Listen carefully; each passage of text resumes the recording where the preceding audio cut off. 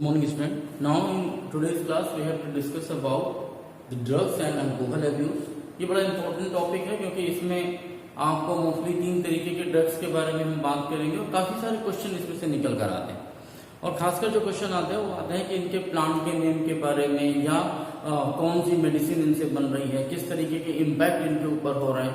तो सीबीएसई का ये पैटर्न रहा है कि इसमें से जो क्वेश्चन पूछे जाते हैं वो अक्सर या तो बॉक्स के फॉर्म में होते हैं जिनमें से आपको 2 दिए होते हैं, एक आपको फिल करना होता है या ABCD करके लिखा होता है और उसमें से पूछे जाते हैं। इस तरीके के क्वेश्चन अक्सर इसमें से आते हैं और ये शॉर्ट क्वेश्चन होते हैं जिनमें से आपको पूरे के पूरे मार्क्स भी मिलते हैं, बशर्ते आपको वो चीजें याद हैं। देखिए ड्रग्स एंड अल्कोहल अब्यूज में हम कुल मिलाकर 3 तरीके के ड्रग्स पढ़ते हैं।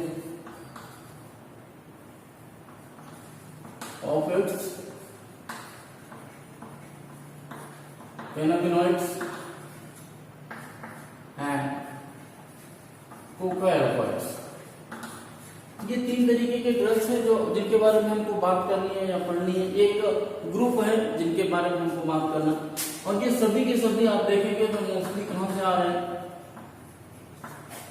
फ्लावरिंग प्लांट से ही रिसीव होते हैं। बहुत कम है कुछ ऐसे जो कहां से रिसीव होते हैं, फंगी। मतलब ज्यादातर जो ड्रग्स हैं वो कहां से रिसीव होते हैं, वो फ्लावरिंग प्लांट से रिलीज होते हैं और उनको फंगस से भी कुछ थोड़े बहुत रिसीव होते हैं। तो ये ड्रग्स है जिनके बारे में बात। देखिए यहाँ ड्रग का कॉन्सेप्ट जब आता है तो एक चीज आपको मैं बता दूं कि मैं कह रहा हूं हम वर्ड यूज करते हैं ड्रग, क्लियर। कई बार ड्रग और मेडिसिन जो वर्ड है उनके बीच में थोड़ा सा कंफ्यूजन क्रिएट होता है। What is medicine and what is drug, clear. देखिए मेडिसिन क्या होती है, it is prescribed by doctor.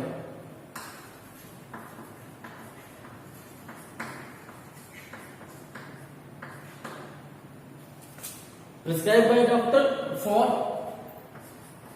Treatment of any disease.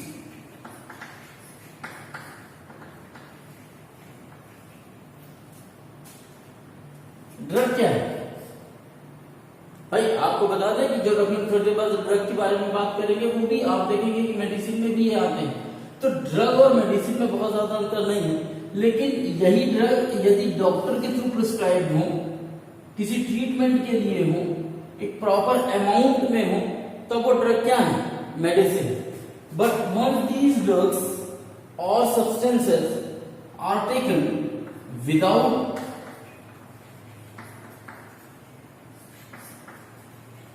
any prescription,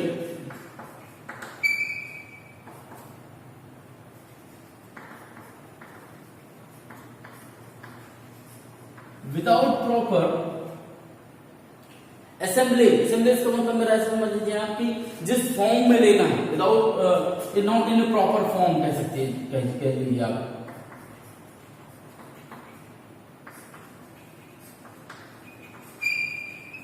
और जो उनकी कंपोजिशन होनी चाहिए वो कंपोजिशन यदि नहीं, यदि इस तरीके से आप ये सब चीजें आप फॉलो नहीं कर रहे हैं, यानी प्रिस्क्रिप्शन पे नहीं ले रहे हैं, कोई प्रॉपर उनका असेंबलेज नहीं है, कोई प्रॉपर उनकी फॉर्मेशन नहीं है, कंपोजिशन उसमें ठीक तरीके की नहीं, यदि इस फॉर्म में यदि आप कोई भी मेडिसिन को लेना शुरू कर दें और लेने के कारण आप बाद में उसके हैबिचुअल होने लगे, तो एक तरीके से ये ड्रग्स है या ड्रग है। और ड्रग के साथ साथ आप क्या हो जाएंगे, एब्यूज भी हो, तो ड्रग एब्यूज भी एक वर्ड इसके साथ जुड़ जाता है।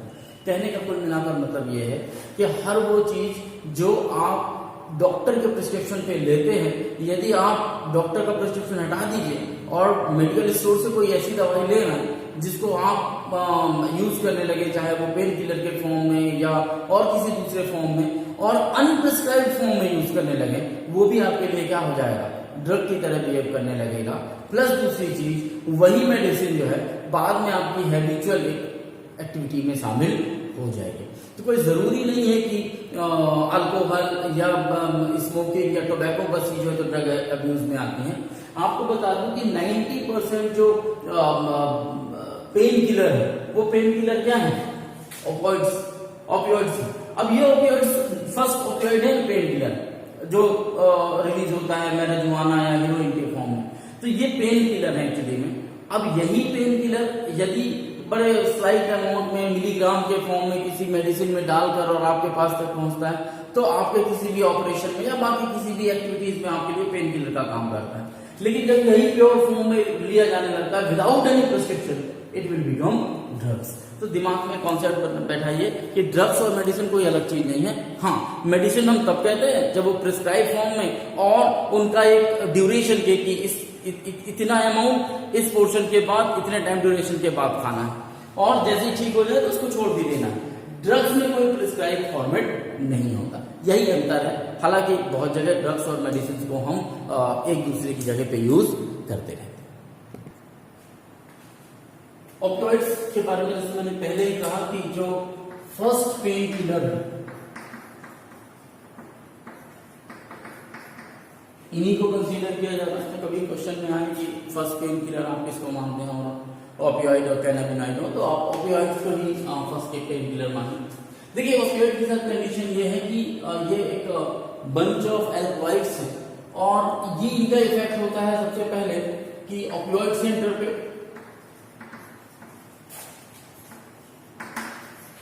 Central nervous system and gastrointestinal tract. तो यहां पर इनका इफेक्ट देखने को मिलता है। जहां तक रही बात ऑपिड्स की, तो ऑपिड्स किस पौधे से मिलता है? तो ऑपिड्स मिलता है एक पौधे से जिसका नाम है पेपर सोनिफेरस। ये उस प्लांट का नाम रम होना चाहिए सर, पॉपी प्लांट भी कहते हैं इसको। अब ये याद रखिएगा कि यही सब सवाल पूछे जाते हैं, इसी तरीके के क्वेश्चन होते हैं कि ऑपियोइड्स किस पौधे से जो है तो रिट्रीव किया जाता है, निकाला जाता है। आ रहे मेरी बात? तो पेपर सोनिफेरस इस प्लांट का नाम है। दरअसल इस प्लांट से ही इसका लेटेक्स यूज किया जाता है। क्या इसके अब ये सब क्वेश्चन है ना। मैं कैनाबिनॉइड्स की बात करूंगा तो उसमें मैं इन्फ्लोरेसेंस की बात करूंगा कि इन्फ्लोरेसेंस से निकाला जाता है। किसी भी पौधे में आप ये पा लीजिए कि पूरा का पूरा पौधा यूजफुल नहीं होता, उसके कुछ पार्ट यूजफुल होते हैं। तो पेपर सोनिफेरस का जो लेटेक्स होता है, लेटेक्स मींस जैसे आप किसी पौधे को काटे तो उससे से कुछ पदार्थ या कुछ लिक्विड निकलता है, वो लेटेक्स कहलाता है। तो ये लेटेक्स निकलता है, ये लेटेक्स काम करता है। इसी लेटेक्स को हम कहते हैं क्या? मॉर्फिन। अब जब शुरुआत में मॉर्फिन मिला तो ये भी अलग अलग मेडिसिनल पर्पस के लिए यूज किया जाने लगा, लेकिन बाद में ये कहा गया कि एक तरीके से ये ड्रग एब्यूज हो जाता है। मींस जो भी व्यक्ति एक बार मॉर्फिन लेना शुरू करता है वो उसका आदी हो जाता है, बार बार लेते रहते हैं। और पेपर सोनिफेरस का जो लेटेक्स था उसमें ढेर सारे एल्कोलाइड्स थे, तो हमको एक ये एल्कोलाइड पसंद आया जिससे हम पेन किलर के तौर पर यूज कर पा रहे।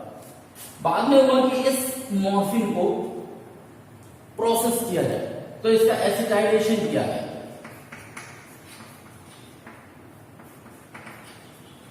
अब ये आप केमिस्ट्री में आपने पढ़ा होगा क्या एसिटल रेडिकल को इसके थ्रू या एसिटल के थ्रू इसको यूज करना।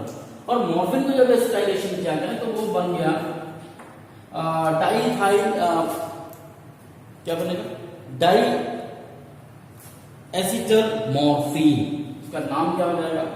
डाई एसिटल मॉर्फिन, या सिंपल लैंग्वेज में आप इसे क्या कह सकते हैं? हीरोइन। ये बनता था इनिशियली जब हीरोइन बना या डाई एसिटाइल मॉर्फिन बना तो ये माना गया कि ये लत नहीं लगती, इसको यूज करने से लत नहीं लगती लोगों को। ये इनिशियल ये इस तरीके का गलत कॉन्सेप्ट था। बाद में पता चला इसको लेने से भी इंसान में लत लगे। कुछ कॉमनली नेम है इनके, स्मैक भी कहा जाता है इसको।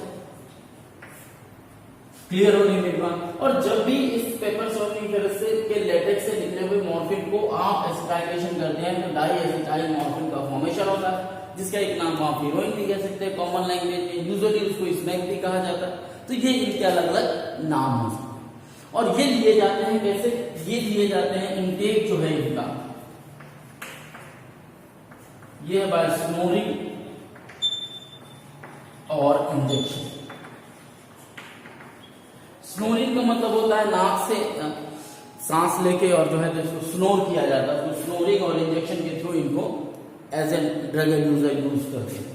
जहां तक रही बात इनके इफेक्ट की कि क्या इफेक्ट होगा इनका, तो इफेक्ट में डिप्रेशन होते हैं, ये डिप्रेशन कॉज करते हैं। क्या कॉज करते हैं? डिप्रेशन कॉज करते हैं और साथ ही साथ स्लो डाउन करते हैं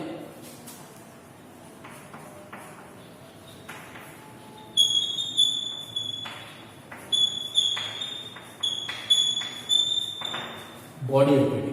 किसको स्लो डाउन करते हैं? बॉडी एक्टिविटी को स्लो डाउन कर देते हैं। इस पूरी की पूरी प्रोसेस में यदि आप देखेंगे हीरोइन को, स्मैक को, यदि इनको देखें तो ये थोड़ा सा बाई नेचर बिटर होते हैं, बिटर क्रिस्टलाइन। यदि देखिए तो इनका ये व्हाइट पाउडर की तरह दिखाई देते हैं और कलरलेस होते हैं। कोई ऐसा पर्टिकुलर कलर भी आपको इनमें देखने को नहीं मिलेगा। तो ये भी चीजें इनके साथ देखें तो बिटर है, थोड़ा से टेस्ट में कड़वे होते हैं, व्हाइट पाउडर होता है, कलरलेस होते हैं और ये कंडीशन ऑक्विड्स के केसेस में देखने को मिलती है। अब इसमें कई बार कहां से मिला है, एसिटाइजेशन से क्या बनेगा, जो बनेगा उसका साइंटिफिक नेम क्या है और किस नाम से जाना जा सकता है, इसमें क्या हीरोइन या मॉर्फिन, पॉपी प्लांट और साइंटिफिक नेम क्या है, तो पेपर सोमनिफेरस। इस तरीके के ढेर सारे सवाल इस तरीके के टॉपिक्स पे बनते हैं। अब आपके बुक में डायग्राम भी बना हुआ है, तो मैं कोशिश करूंगा बाद में क्लास में जब ये वीडियो खत्म होगा तो मैं आपको पेपर सोमनिफेरस के डायग्राम और जो है तो प्लांट के पेपर सोमनिफेरस किस तरीके के दिखता है या दूसरा कैनाबिनॉइड्स कैसा दिखता है उसके भी डायग्राम में आपको इसके साथ अटैच कर दें। जहां तक कैनाबिनॉइड्स की यदि मैं बात करूं तो they attack on cannabinoids receptors of brain. सबसे बड़ी इंपॉर्टेंट बात यह है ये कैनाबिनॉइड्स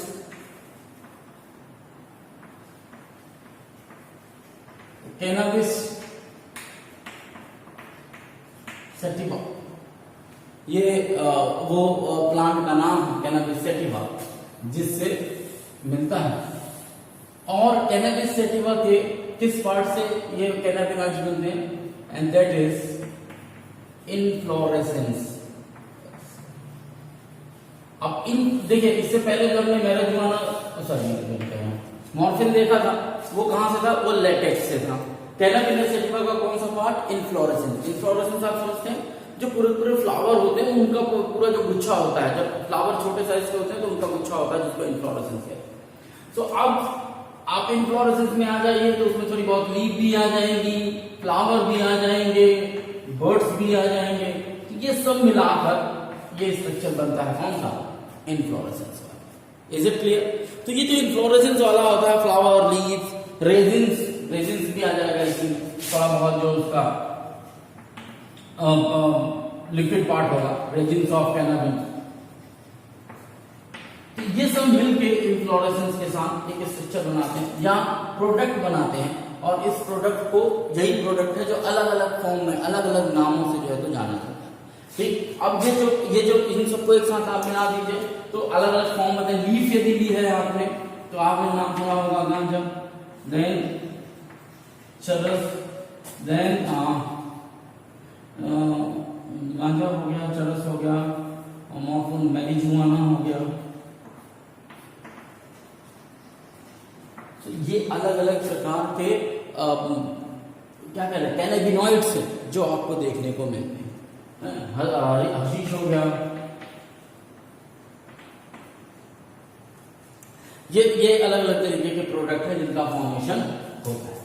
अब ये अलग अलग प्रोडक्ट कैसे मिलेंगे, देखिए होता क्या, जैसे मैंने कहा कि लीफ वाले पोर्शन से गांजा का फॉर्मेशन होगा, जो इसके फ्लावर और बर्ड वाले पोर्शन होंगे या जो कैनाबिनॉइड्स होंगे इनसे चरस का फॉर्म, मैरिजुआना भी इसके लीफी पोर्शन से ही बनता है। यानी अलग अलग कॉम्बिनेशन से हम उनको अलग अलग तरीके का प्रोडक्ट बना सकते हैं। मिल्क एक ही होता है लेकिन चाय के साथ जब उसको डालेंगे तो चाय पत्ती के साथ डालेंगे तो चाय बन जाएगा, कॉफी के साथ डालेंगे तो कॉफी बन जाएगा। ठीक वैसे इनके नाम अलग अलग हो जाते हैं, बट ये सब के सब एक तरीके से बॉडी में इफेक्ट करने वाले अलग अलग तरीके के ड्रग्स। Is it clear? अब जहां तक रही बात इनको इनटेक करने की, तो इनका इनटेक कैसा है, ओरल एंड इंजेक्शन के थ्रू। सॉरी, ओरल नहीं होना चाहिए, गांजा है जी तो इसको हम टोबैको की तरह जो है स्मोक करके लेते हैं, इनहेल करते हैं, तो ओरल से के जगह पे पढ़ा जाना चाहिए इनहेलेशन, इनहेल करते हैं इनको, एंड इंजेक्शन के फॉर्म में भी लेते हैं। क्लियर। और जब हम इनको लेते हैं तो इनका इफेक्ट क्या होता है, इनका इफेक्ट होता है हमारे central nervous system.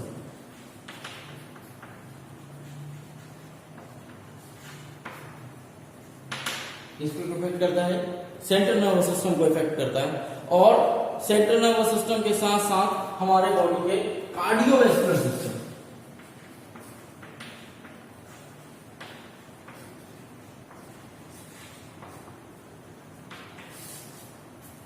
Cardiovascular system को भी इम्पैक्ट करता है, और इसीलिए ये कैनाबिनॉइड सेटिबल जो है तो देखने को मिलते हैं। और बहुत ज्यादा मात्रा में इंडिया में गांजा, मैरिजुआना, ये सब काफी यूज होते हैं। हर्शीज एक वाइट पाउडरी स्ट्रक्चर होता है जिस तरीके का हीरोइन होता है, इसको भी एज ए ड्रग यूजर जो है तो एज ए ड्रग्स के फॉर्म में लेते हैं। इन सब की सबसे बड़ी प्रॉब्लम ये है कि एक बार आपने इनको यूज करना शुरू किया और आप बहुत जल्दी इनके एडिक्ट हो जाते हैं, और एडिक्ट होने के बाद आपकी पूरी पूरी लाइफ इसी के चारों तरफ फंस के रह जाती है। क्यों? क्योंकि आपको किसी भी कंडीशन में फिर ये ड्रग्स चाहिए, तभी आपकी बॉडी आपको सस्टेन करने देती है। इसलिए ये बहुत ज्यादा प्रॉब्लमेटिक कंपोनेंट है। Now the next is Coca alkaloid और कोकीन। कोकीन की जहां तक हम बात करें तो इसमें कोका प्लांट। अब कोका प्लांट कौन सा है? कोका प्लांट का जो साइंटिफिक नेम है वो है क्या? एरेथ्रोजाइलिन कोका, एरेथ्रोजाइलिन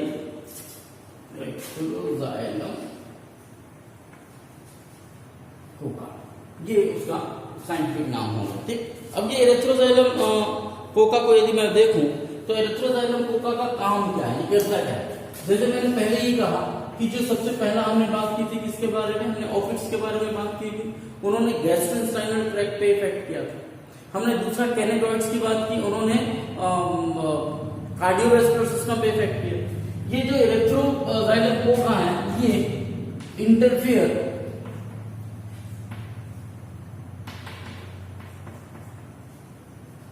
इन न्यूरोट्रांसमिशन एक्टिविटी।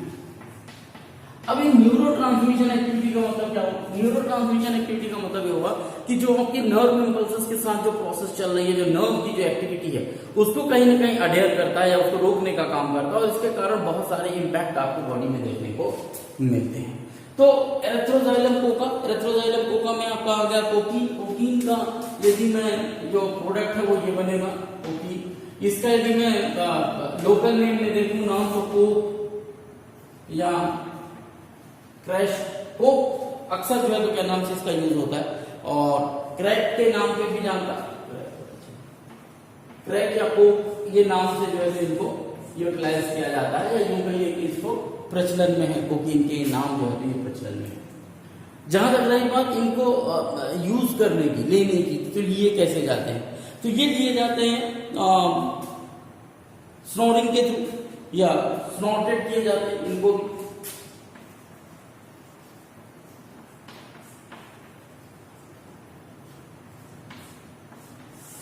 ज्यादातर नाक से खींच के स्नोर कर लिए जाते हैं, सूंघ लिए जाते हैं, तो इनके इम्पैक्ट जो है हमारे बॉडी में तेजी से पहुंच जाते हैं। जब ज्यादा मात्रा में इनको स्नोर कर दिया जाता है तब इनका एक्शन क्या होगा? Potent action on central nervous system. और जब सेंट्रल नर्वस सिस्टम में ज्यादा इसका इफेक्ट होता है तब हमको देखने को मिलता है क्या? यूफोर्बिया। एंड एक तरीके से आप ऐसा समझ जाइए कि बॉडी काम सही तरीके से नहीं करती, यूफोरिया हो जाता है, इंक्रीज्ड एनर्जी हो जाती है, कई बार ये भी देखने को मिलता है। अब ये समझिएगा कि मैं जो लिख रहा हूं इसका कुछ ना कुछ कारण, इंक्रीज्ड एनर्जी, यूफोरिया, अरे बस और ज्यादा मात्रा में इसका सेवन कर लिया या इसके जो इसका यूटिलाइजेशन कर लिया तो हेलुसिनेशन होने लगता है।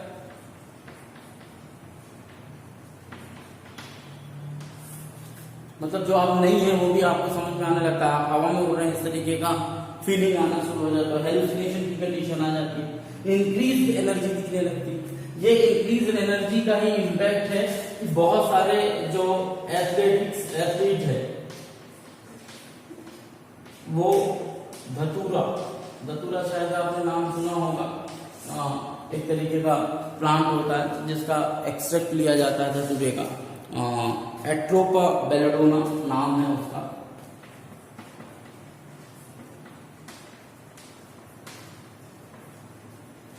इसका यूज जो है वो बहुत सारे स्पोर्ट्स पर्सन करते हैं, और क्यों करते हैं इस प्रोसेस के बाद फॉर टाइम भी उनकी एनर्जी बढ़ जाती है। जैसे मान लीजिए 400 मीटर की रेस लगानी है और उसमें वो दौड़ रहे हैं, तो जो एक नॉर्मल बंदा होगा हो सकता है वो 400 मीटर के आखिरी तक पहुंचने तक उसकी जो स्टेमिना है, उसका एंडोरेंस है वो कम हो जाए। लेकिन एक बार आपने इसको ले लिया, वो स्पोर्ट पर्सन इसको ले रहे, तो इनकी एनर्जी जो है तो इंक्रीज रहती है फॉर द टाइमिंग। कुछ समय के लिए उनको फर्क नहीं पड़ता, उनको दर्द नहीं होता, उनको तकलीफ नहीं होती, और वो उस आखिरी के बस 2, 4, 5 मिनट 7 मिनट का ही समय होता है जिसमें वो लास्ट लीप लेनी होती है, तो उसमें उनकी एनर्जी बनी रह जाती है और इस तरीके से वो उस रेस को या उस कंपटीशन को जीत जाते हैं।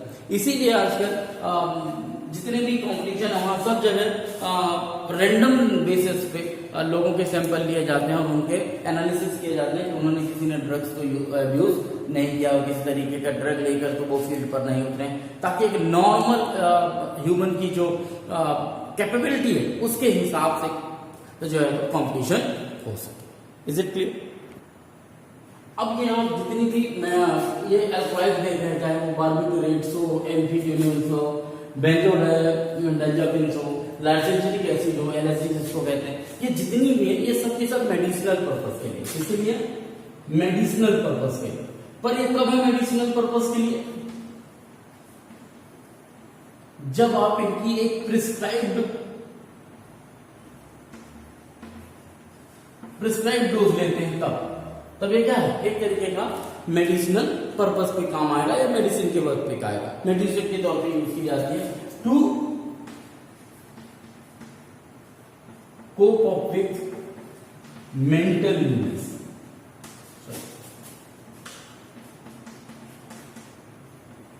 ये काम करती है ये सभी ड्रग्स। कब? जब आपने इसको प्रिस्क्राइब डोज पे लिया है तब ये कोप अप करनी है आपको किससे? मेंटल इलनेस से। लेकिन यही जब आप इनको ज्यादा मात्रा में लेने लगते हैं, ठीक है ना, तो यही बाद में आपके लिए एक्सेस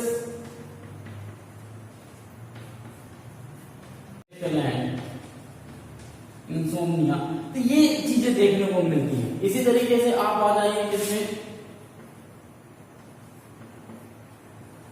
मॉर्फिन। हमने ऑपिड्स के केस में मॉर्फिन भी आपको पढ़ा है, ठीक है।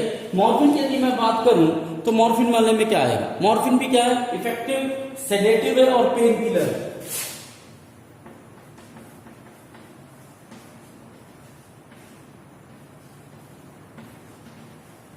जैसे मैंने पहले भी बताया आपको कि जो फर्स्ट पेन किलर है वो कौन है?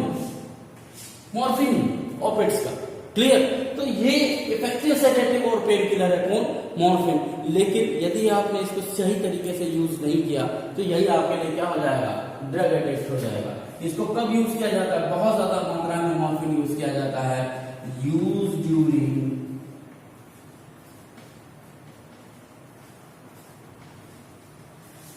सर्जरी।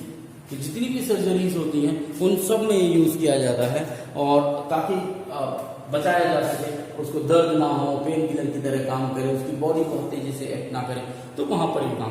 तो ये जितनी भी दवाइयां हैं, जितने भी अल्कोहॉलिड्स हैं, ये ऐसा नहीं है कि हमारे लिए हानिकारक है, लेकिन ये कब हानिकारक हो जाते हैं? जब इनका हम दुरुपयोग करने लगते हैं, उनका वो जो प्रिस्क्राइब डोज है उससे ज्यादा लेने लगते हैं, तब ये हमारे लिए क्या हो जाते हैं?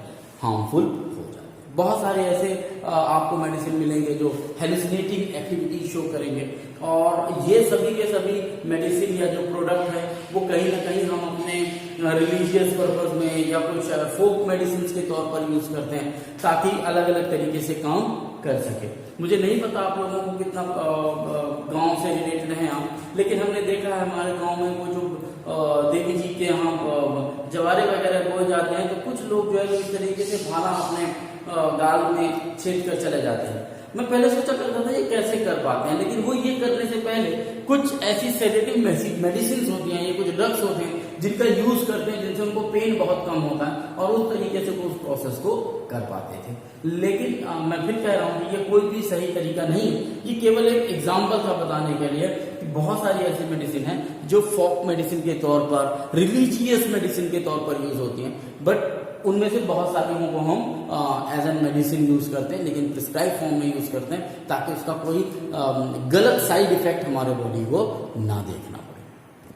अब आप ये समझ जाइए कि इन किसी भी ड्रग्स को यदि आप इफ दीज ड्रग्स और medicine are taken in a prescribed manner, यदि आप ऐसा लेते हैं तब तो वेल एंड गुड है, but once you start taking these medicine in an unprescribed manner, or you can say that the taken for purpose other than the medicinal use, और जैसे ही आप करते हैं तो उसके इम्पैक्ट आपको फिजिकल भी दिखेंगे, फिजियोलॉजिकल भी दिखेंगे, साइकोलॉजिकल भी दिखेंगे, और जब उसके फिजिकल, फिजियोलॉजिकल और साइकोलॉजिकल तीनों तरीके के इम्पैक्ट आपके बॉडी में दिखाई देने लगे, आप समझ जाइए कि आप क्या हो गए, ड्रग एब्यूज का शिकार हो गए। क्योंकि फिर आपको उसकी एक तरीके से क्या होती जाएगी, लत लगती हुई चली जाएगी। तो these are the medicine which can be used for medicinal purpose, और तभी इनका और प्रिस्क्राइब फॉर्म में ही लेना है, जितनी बताई गई है उतनी लेना है। आपने खांसी की दवा भी खाई होगी तो डॉक्टर कहता है 1 ढक्कन सवेरे दिन को ले लीजिएगा और 1 ढक्कन शाम को सोते वक्त ले लीजिएगा।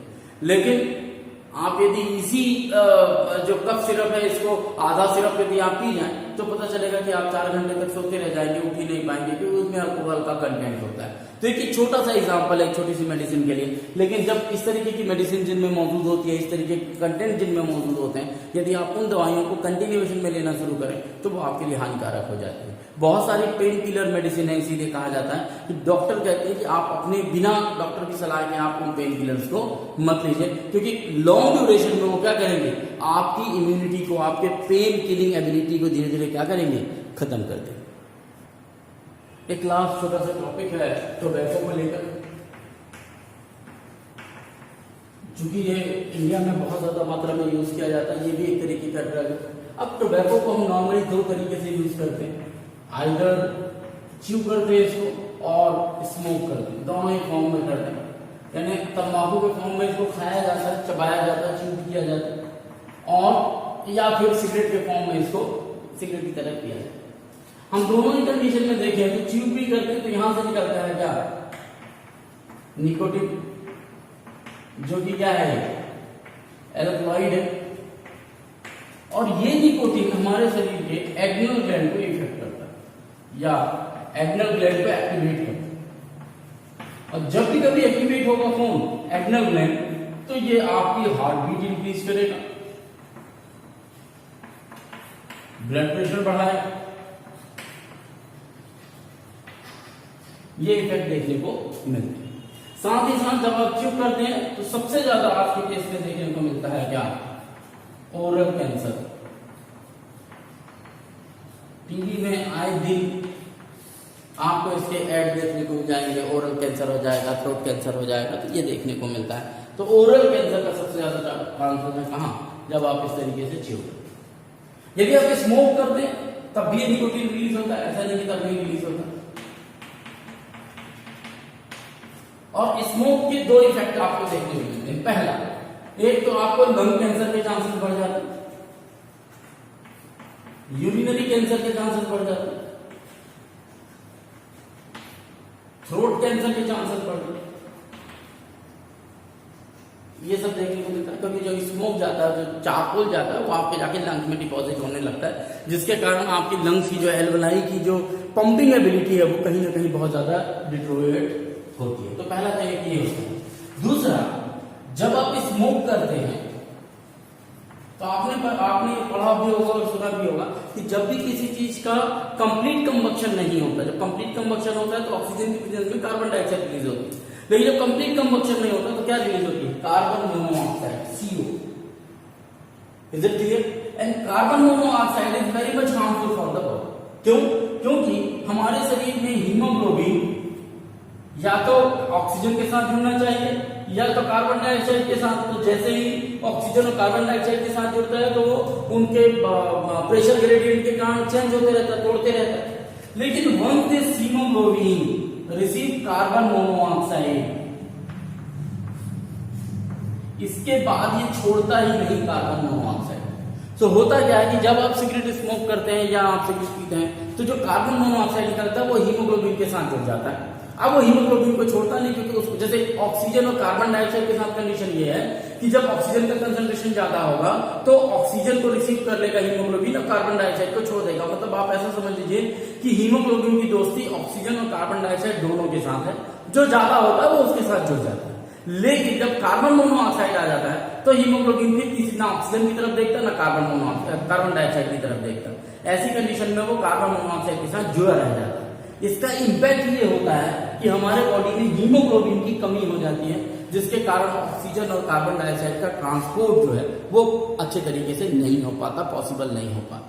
तो टोबैको भी एक तरीके का ड्रग्स है जो लोग यूज करते हैं, जिनके साइड इफेक्ट हमको देखने को मिलते हैं। तो चाहे वो पान तंबाकू या गुटखे के फॉर्म में हो या सिगरेट के फॉर्म में हो, किसी भी तरीके से भी हम ड्रग्स को यूज करते हैं तो कहीं ना कहीं वो हमारे शरीर के लिए क्या है, हानिकारक है या नुकसानदायक है। तो बेहतर है कि हमको इन सभी चीजों से या इन ड्रग एब्यूज से अपने आप को क्या करना चाहिए, बचाकर रखना चाहिए। Is it clear? आज के लिए इतना ही। नेक्स्ट क्लास में बात करेंगे नेक्स्ट टॉपिक।